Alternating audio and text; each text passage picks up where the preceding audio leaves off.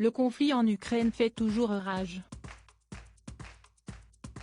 En France, les images qui parviennent de la guerre émeuvent tous les téléspectateurs.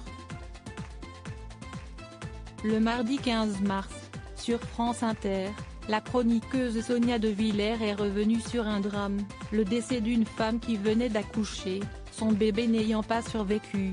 Sonia vous revenait ce matin avec deux photos déchirantes, deux femmes enceintes fuyant la maternité de Marioupol, sous les bombes.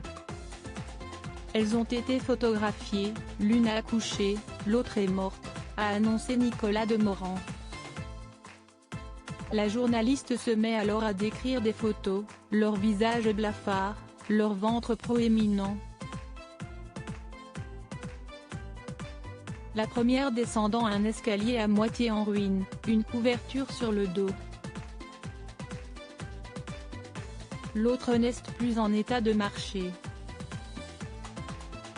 La photo du 9 mars la montre sur un brancard tenant le ventre, porté par 5 hommes. L'une est ainsi devenue symbole d'une guerre qui tue, l'autre de la vie qui triomphe, raconte-t-elle, très émue. Un discours qui fera fondre en larmes Léa Salamé. On est écrasé dans ce studio avec tous les larmes aux yeux, conclut le journaliste.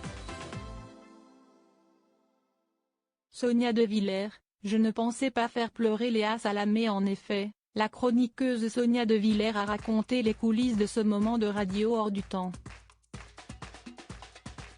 Sur Twitter, elle écrit « Ce matin, je ne pensais pas faire pleurer Léa Salamé. Je voulais dire la puissance magnifique de la photo de presse, ces anonymes qui deviennent nos intimes, ces destins qui deviennent universels. » Une publication qui a ému les internautes, tout autant que Léa Salamé, très touchée, comme nous tous, par ces clichés dramatiques, pris par des reporters de guerre, qui ne cessent de mettre leur vie en danger. Pour rappel, le même jour, 2 journalistes américains de la chaîne Fox News ont été tués dans les conflits ukrainiens. Loading widget.